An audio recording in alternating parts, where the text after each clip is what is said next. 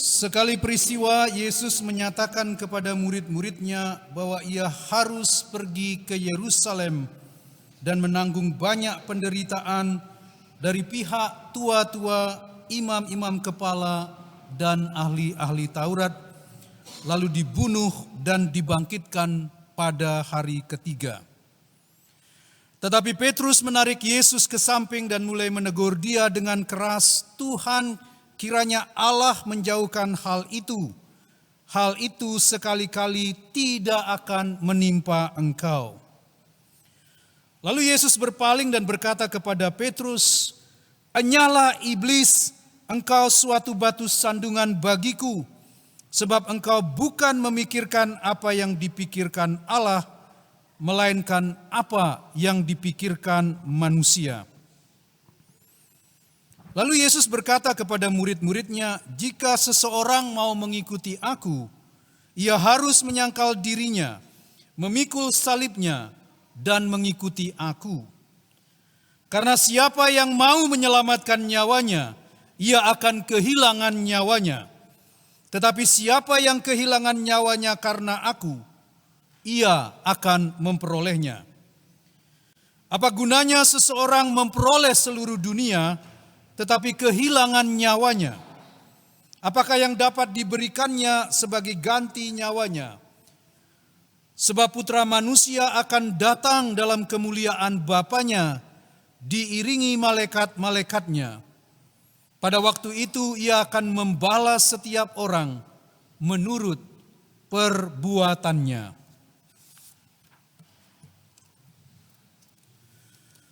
Demikianlah sabda Tuhan. Terpujilah Kristus.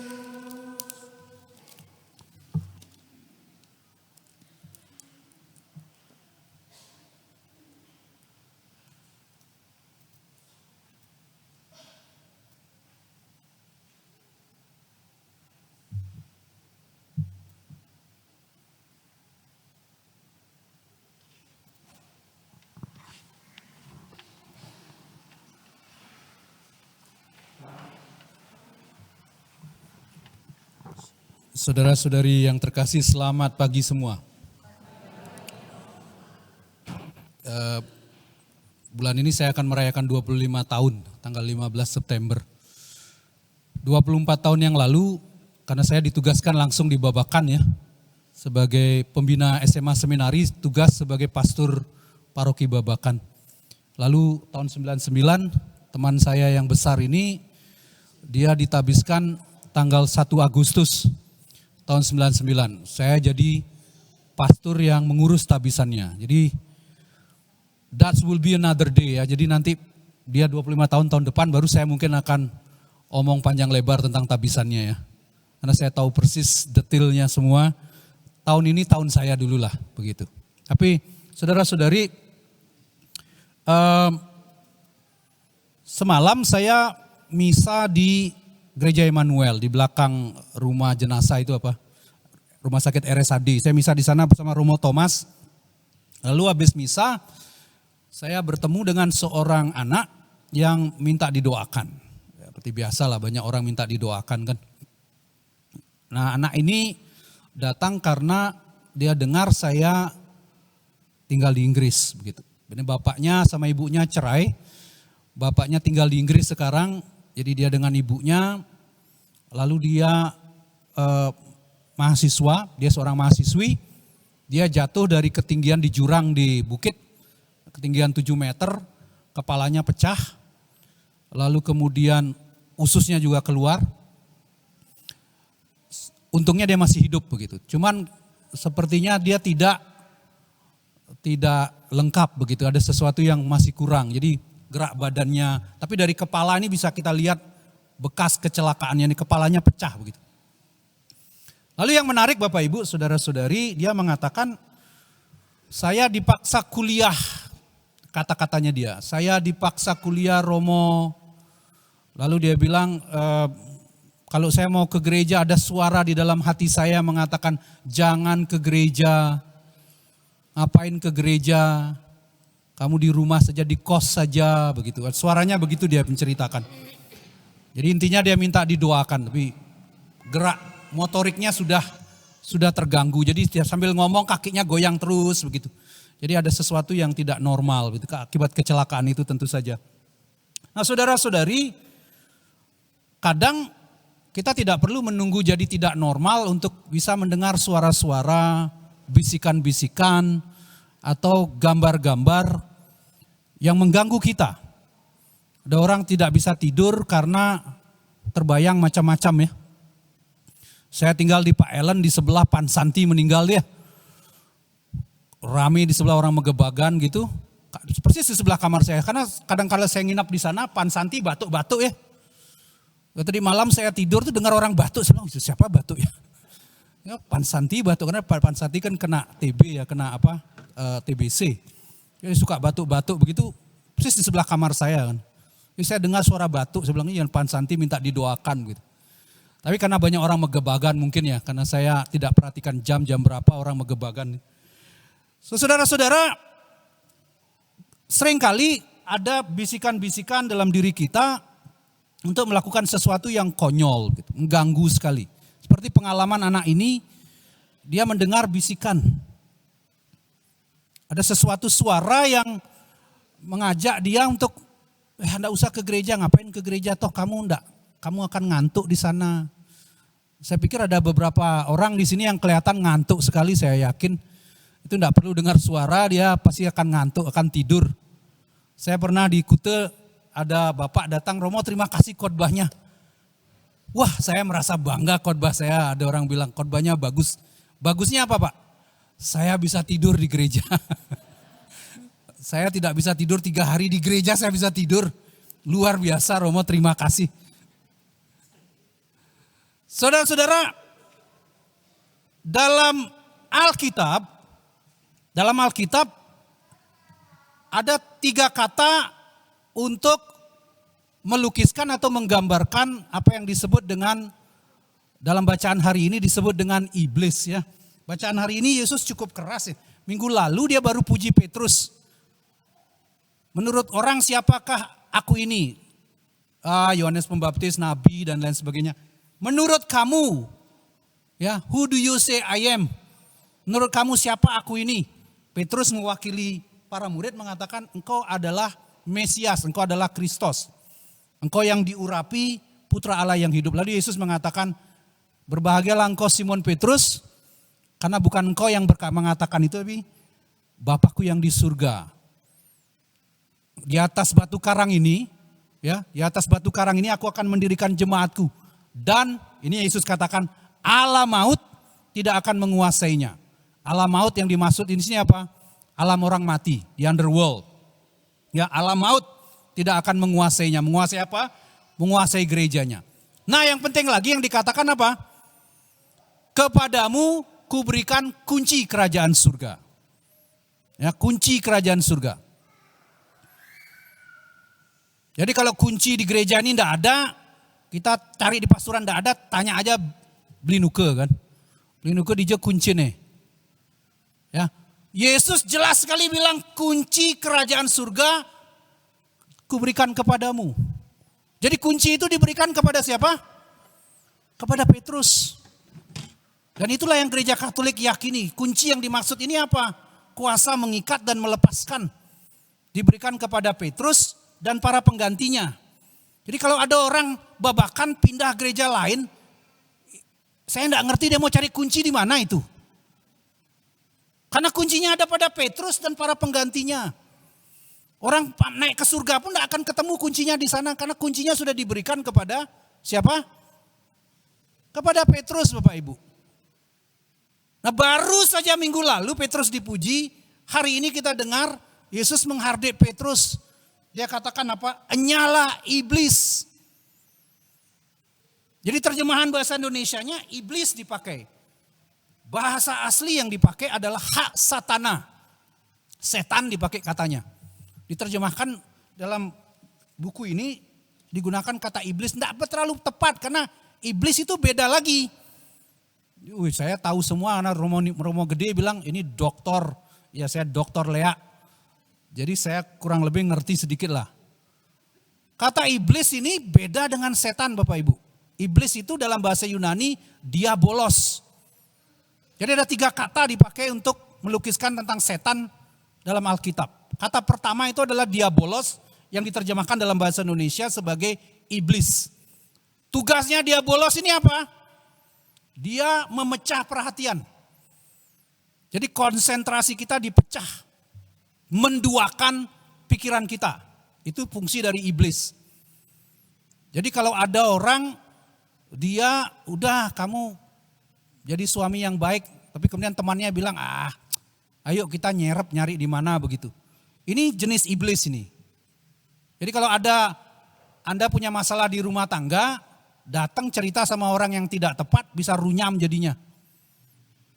Itu iblis itu. Karena itu cari orang yang bisa memberikan nasihat yang baik. Biasanya susah, orang malu datang ke pastor, ngobrol sama temannya, diarahkan yang enggak-enggak. Akhirnya bubar itu rumah tangga. Apalagi sama-sama laki ya. Malah diajarin temannya cari cewek, cari anak di kafe gitu. Itu jenis iblis karena dia memecah belah perhatian kita. Yesus dia mau melakukan kehendak Bapaknya tapi konsentrasinya dipecah. Dia mau diduakan keinginannya, keinginan Bapa itu kemudian dipecah. Itu iblis diabolos namanya. Lalu kata kedua itu yang dipakai dalam bacaan hari ini adalah setan. Hak satana dalam bahasa Ibrani. Setan itu datangnya dari mana ini? Datang dari kitab Ayub. Fungsi dari setan dalam kitab Ayub itu apa? Jadi gambarannya dalam kitab Ayub ini seperti persidangan. Jadi sidang anak-anak Tuhan termasuk anak-anak Tuhan itu siapa? Setan termasuk anak-anak Tuhan. Ada di dalam buku Ayub. Silakan baca. Jadi yang saya omong ini bukan omong kosong atau ngarang-ngarang. Anda enggak pernah baca kitab suci. Jadi Anda enggak tahu. Jadi tumben saya dengar. Karena kamu enggak pernah baca kitab suci. Jadi ini dipasang di sini ada kitab suci di sini. Karena kita membuka minggu kitab bulan kitab suci. Ini taruh kitab suci di sini. Bulan September adalah bulan kitab suci. Jadi kita merenungkan kitab suci secara khusus dalam bulan ini. Jadi saya menyarankan baca Alkitab. Nah dalam kitab Ayub, setan itu termasuk anak Tuhan. Fungsinya apa? Fungsinya untuk menuduh. Jadi kayak di pengadilan kita namanya jaksa penuntut. Dia menuntut mencari kesalahan-kesalahan kita. Itu fungsi dari setan. Dia menuduh-nuduhkan ke hati kita. Dalam diri kita ada tuduhan-tuduhan kamu jelek, kamu brengsek, kamu penipu. Hati kita dituduh-tuduh itu. Itu fungsi dari setan. Dia accuser disebut dalam Injil Yohanes. Si penuduh. Itu fungsi dari setan. Jadi kalau Anda merasa seringkali gelisah seperti ada sesuatu yang menuduh di kepala Anda. Itu fungsi dari setan. Jadi kalau tadi iblis itu memecah belah, fungsi dari setan itu apa? Menuduh. Membuat kita tidak tenang, membuat kita tidak, saya sudah ngaku dosa tadi, tapi tuduhan itu masih ada terus. Dia bawa, saya sudah pernah ngaku ini 5 tahun yang lalu Romo. Ngapain lagi kamu ngakuin? Karena saya masih tidak tenang. Itu fungsi dari setan. Lalu kata ketiga itu adalah perason. Perason itu fungsinya apa? Nah ini kita lagi nonton di televisi, enggak boleh ngomong politik ya. SBY marah sama Anies Baswedan. Karena merasa ditipu sama Anies Baswedan. Ya, itu serigala berbulu domba, penipu, ditelikung sama Anies Baswedan karena anaknya enggak jadi wakil presiden begitu. Merasa ditipu. Nah, perason fungsinya seperti itu. Meyakinkan kita untuk tujuan menipu kita. Meyakinkan sekali omongnya. Omongnya meyakinkan, mantap sekali. Tapi tujuannya untuk menipu dan menjerumuskan kita. Itu perason. 3 kata ini dipakai di dalam perjanjian baru untuk melukiskan yang disebut penggoda ini. Lalu kata yang dipakai di sini, itu adalah kata iblis yang sebetulnya menurut saya kurang tepat. Karena kata yang dipakai adalah satana. Bahasa aslinya hak satana. Apakah Yesus ini hanya sebuah ungkapan bahwa menyebut Petrus ini setan, sama seperti Bapak Ibu sering maki anaknya setan. Setan anak ini. Karena enggak terlalu nakalnya, bapaknya sampai bilang kamu setan. Jadi kelakuannya sudah kayak setan begitu. Ya. Jadi apakah Yesus hanya menegur di sini seperti itu, seperti orang tua, seperti kita sering menggunakan kata setan? Atau Yesus memaksudkan Petrus ini setan sudah? Menurut hemat saya Bapak Ibu Saudara-saudari, dalam bahasa sekali lagi dalam bahasa aslinya, ini katakan enyah, kurang begitu pas untuk saya ya. Enyahlah iblis, enggak pas kata itu. Karena dikatakan get behind me Satan. Ya, get behind me artinya apa? Kamu bukan di depan saya, kamu harusnya di belakang saya. Ini kata-kata Yesus itu kurang pas ya. Enyahlah iblis, enyah itu artinya musnah sana. Enyah. Bahasa yang apa? Enyah sana. Apa? Sana pergi sana. Kalau bahasa aslinya get behind me Satan. Kamu harus ada di belakang saya. Jadi bukan setan yang kita ikuti, tetapi Yesus yang harus kita ikuti. Jadi karena itu Yesus menyebut Petrus itu setan. Karena apa? Karena dia mau memaksakan Yesus mengikuti dia. Harusnya kita yang mengikuti Yesus. Maka itu Yesus mengatakan, barang siapa mau menjadi muridku, dia harus menyangkal dirinya, memanggul salibnya, lalu apa? Mengikuti aku. Kemuridan itu bukan Yesus mengikuti kita, tetapi kita mengikuti Yesus. Nah, setan mau mengaburkan itu. Baru minggu lalu Petrus dipuji, hari ini Yesus dimaki sebagai setan. Karena apa? Karena dia mau mengaburkan ini. Tugas dari setan itu membatalkan dan menggagalkan. Maka kalau pada hari ini Bapak Ibu Saudara-saudari kita punya satu bacaan untuk kita renungkan pada pembukaan bulan Kitab Suci Nasional. Kita diajak untuk merenungkan ini. Kita harus mengikuti Yesus, bukan mengikuti yang lain. Dia harus ada di depan kita, bukan yang lain. Seringkali kita mau dikte Tuhan, Tuhan ini doa-doa saya doa 3 kali Salam Maria, saya doa novena, saya doa ini dan itu, ini intensi saya, tolong dikabulkan. Sama seperti ketua dewan datang ke Romo Roni, Romo ini proposalnya, ini budgetnya sekian, tolong tanda tangan. Jadi Romo Roni disuruh tanda tangan langsung. Romo Roni bilang, ntar dulu, kita mesti duduk rembuk dulu. Mesti dipikirkan dulu ini masuk akal enggak ini anggarannya. Kita seringkali seperti itu. Datang kepada Tuhan bawa dengan proposal, ini proposal saya Tuhan, tolong tanda tangan, tolong approve. Baru dibaca sama Tuhan apa ini? Saya minta istri baru, rumah baru, tabungan banyak. Wih Tuhan bilang nih banyak sekali mintanya nih.